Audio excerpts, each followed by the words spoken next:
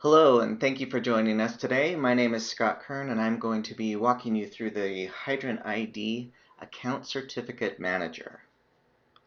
To access the portal, just log into https://acm.hydrantid.com. That's going to redirect to our authentication service. You'll enter in an email address and a password for your account. And then for administrator accounts, we require multi-factor authentication. In this case, I'm using Google Authenticator, and that logs me into the dashboard.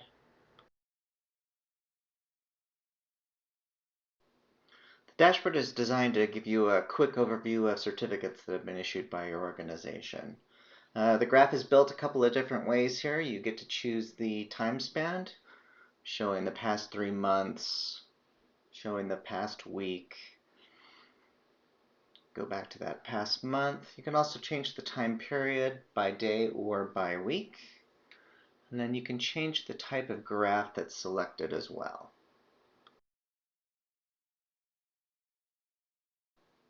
Clicking on the Certificates menu item gives me a list of all the certificates that are issued for this particular organization. If they are highlighted in red, those certificates are revoked. If they're listed in black, they are likely valid, which you can always find by looking at the status column. Now I can get more information on any certificate just by clicking the link, load a page with information that's relevant to that particular certificate. To go back, I can just scroll back to the top here and click the back arrow. Certificates page also lets you search for a particular cert or certificates. If I click filter results, I'm just going to throw in a few letters of the common name of a certificate. I'm also going to choose one of the organizations under this account. Then I'm going to click the filter button. That'll return any certificates that contain those 3 letters in the common name. Once you've got the results, you can also download them. This will download a CSV file. You can then open that up in something like Excel for any sort of post-processing.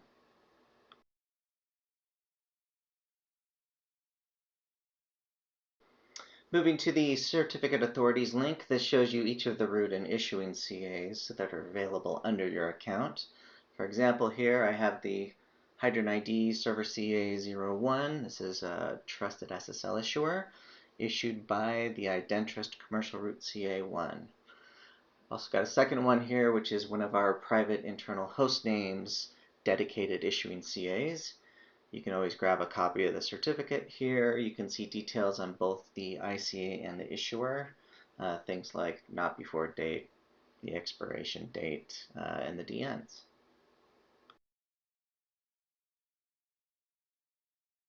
This is the starting point for each of your trusted SSL or private issuing CA requests.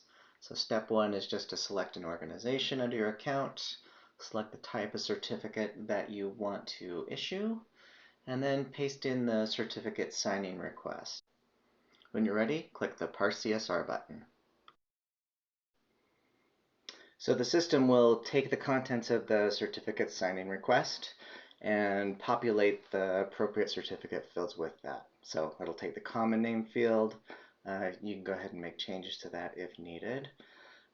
For expiry emails, you can set defaults on the cert policy itself, and then it will generally always take the certificate requester's email for future notices. Subject alt names, you can add as many as you want that the policy will support. You see this one supports a maximum of 74 entries. That always includes the common name being the first one. Just add it as a common delimited list. And then when you're done, hit issue certificate.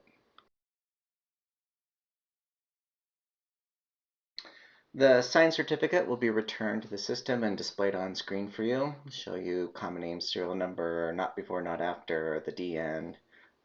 It's also a handy place if you just want to cut and paste out the PEM format of the cert. You can do it there. If you made a mistake, you can always hit the revoke button. Most people, though, will come up here to the download button. Clicking that will give you a choice. You can do this as either a DIR file or a PEM file. Just choose that one, and then you can choose to either include or not include the cert chain. Once you're done, click download. You've got a cert.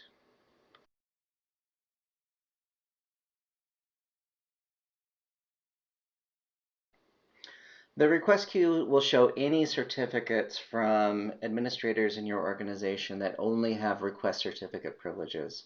These just need to be approved by an administrator before they get issued by the system. We'll cover this in depth in a separate video.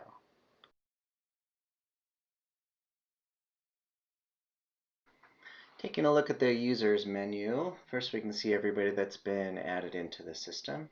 So clicking any of the rows here will give more information on that particular user. Let's load the profile screen. So you've got the ability to edit the avatar for the account. You can change that from the system default. You can see details about this account, when it was created, last time it was updated or used, and the IP address that it came from.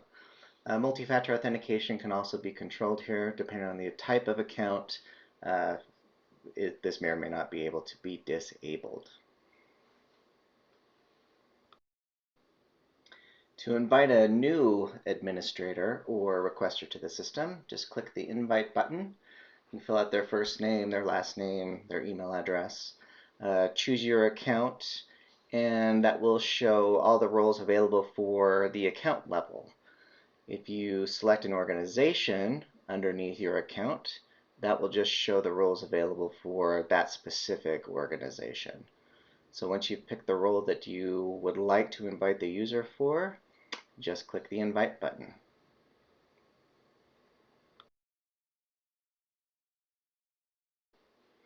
ACM supports assigning multiple account roles to a single administrator within the system. Very easy to do. Choose your account, select the organization that you want them to have rights to, select the role that you want them to have within that org, either an administrator, an auditor, or a requester, and then just click the Add Account Role.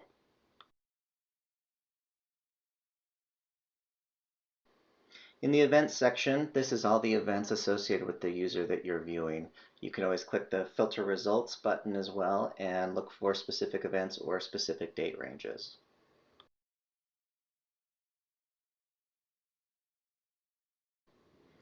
The Logs menu displays all of the events associated with your account, and those are organized by email address, a description of the event, and when that event occurred.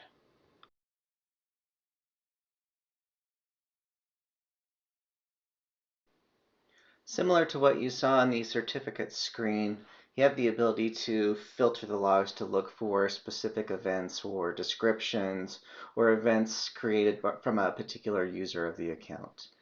You also have a date picker. You can select a date range for the particular description or event.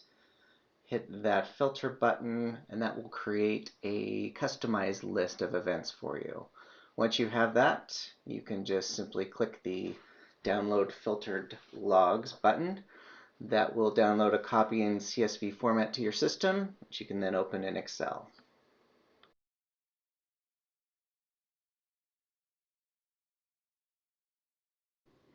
In the upper right-hand corner of all ACM pages is a little person icon. This is a shortcut that allows you to jump to either managing your profile or managing your password or logging out of the system. I'm going to go ahead and just click on Manage Password. This lets you enter your old one, create your new password, and then simply click the Reset Password button.